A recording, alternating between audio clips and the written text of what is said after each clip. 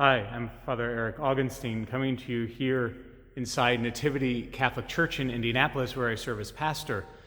This week, we had our first public masses here in this church in over 2 months. It was a wonderful and it was a beautiful thing to be able to once more welcome the people of God back here into this church for the celebration of the Eucharist.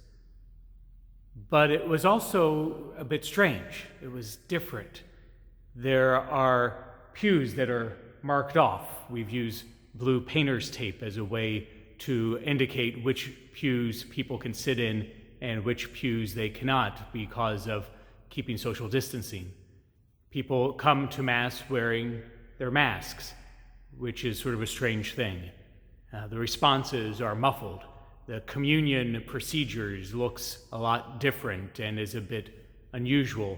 There's hand sanitizer for people to use when they come to Mass. There's no holy water in the fonts. There are a lot fewer people here than normal. Mass is the Mass, but it's different in these days. And there's some sadness in that, I think, for all of us. We are used to celebrating the Mass in a way that is full of joy and full of hope and full of grace, and in certain ways that seems different now. And yet there's nothing different about the Mass. The Mass is still full of joy and still full of hope and still full of grace. Something like wearing a mask or using hand sanitizer or even having to keep a particular distance between yourself and other people, those are some inconveniences for us right now, caused by a great love and concern that we as a church have for the health and well-being of all of God's children. But that's not why we celebrate the Mass. We celebrate the Mass to be able to be close to Jesus, to receive the grace of the Eucharist, to receive his help in our need. And so maybe these little things that are strange and new for us in these days of celebrating Mass in the midst of pandemic, for those who are able to return to the Eucharist, might be a way of helping more and more to direct our attention to what is central, to what our focus is, to where our focus should be, to the person who we focus on, and that is Jesus Christ. The church exists in order to spread the good news of Jesus.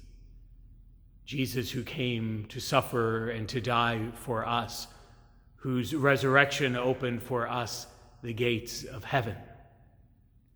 And some blue painter's tape and some masks and some hand sanitizer are important ways now for us to be able to celebrate the Eucharist and be with one another in the midst of a pandemic.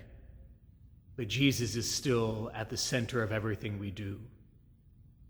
If you're one of the people who is able to return to Mass in these days, I especially encourage you to remember in your prayer and in your hearts those who are not able to return to the Mass. Those who, whether it's because of sickness or age or health condition or fear of whatever it might be, are not yet ready or able to return to the Eucharist. To pray for them and to offer your intention at Mass for those who are not yet able to be here. Throughout this time of pandemic, we priests have continued to celebrate the Eucharist. We've continued to be able to be in the presence of our Lord, to be able to bring Christ to others, even if it's virtually and digitally, through live streaming, through other means of social media.